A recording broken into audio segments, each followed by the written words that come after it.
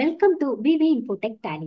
இன்னைக்கு டேலி பிரைம்ல பாத்தீங்க அப்படின்னா ஸ்டாக் ஐட்டம் அப்படிங்கிறது வந்து நிறைய ஐட்டம் வந்து நம்ம கிரியேட் பண்ணி வச்சிருப்போம்.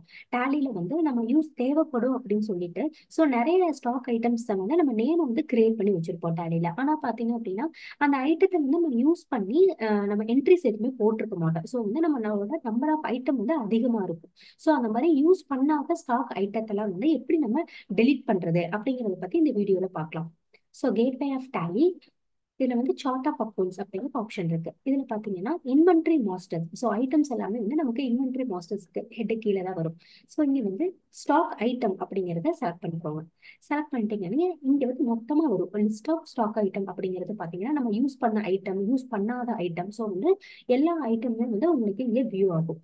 இப்போ வந்து இங்க எக்ஸெப்ஷன் ரிப்போர்ட்ஸ் அப்படிங்கிற ஒரு ஆப்ஷன் இருக்கு. அதை கிளிக் பண்ணிட்டீங்க அப்படின்னா இங்க அன்யூஸ்டு அப்படிங்கிறது வரும். யூஸ்டு அப்படிங்கிறது வரும்.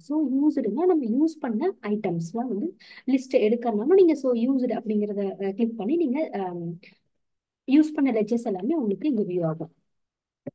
இதே வந்து அன்யூஸ்டு அப்படிங்கிறத கிளிக் பண்ணீங்கன்னா நமக்கு தேவையில்லாத ஐட்டம்ஸ் எல்லாம் வந்து நம்ம கிரியேட் பண்ணதை வந்து உங்களுக்கு லிஸ்டா வந்து இங்க ஷோ ஆகும்.